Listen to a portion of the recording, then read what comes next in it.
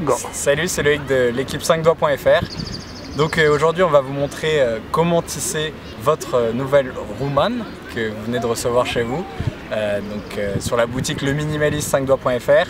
Donc on va vous montrer, il y a différents types de tissage. Voilà, essayez de garder, à la fin l'étape finale ce sera de couper le cordon, donc garder le maximum de longueur pour pouvoir faire différents types de tissage. Donc on va commencer avec le premier modèle qui est finalement le plus simple. Donc en fait la sandale vous allez la recevoir comme ça, et il faut bien se dire que du coup elle doit vraiment suivre la forme du pied et englober tout le pied. Donc on commence avec une insertion externe, si on peut parler en termes techniques. On va ramener la sandale jusqu'ici, et donc là on laisse du coup ce qui nous permettra de fixer le bout de l'extrémité de la lanière. Donc on va venir chercher ensuite derrière, donc comme ça, on essaye de toujours bien garder le pli pour qu'il n'y ait aucune pliure et que vous fassiez pas mal au pied. Donc je vais vous montrer également autre chose.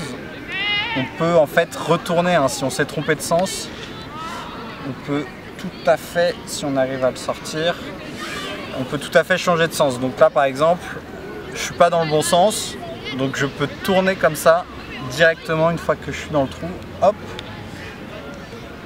et voilà, comme ça là ça suit bien le sens du pied. C'était dans le bon sens d'ailleurs.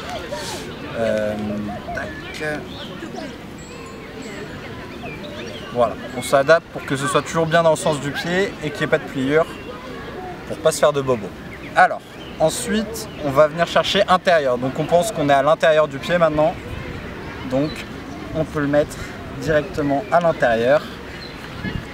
Ensuite on vient chercher tout le pied, et là pareil, on pense qu'on est à l'intérieur du pied, donc on met directement à l'intérieur, hop, et là on ressort en extérieur.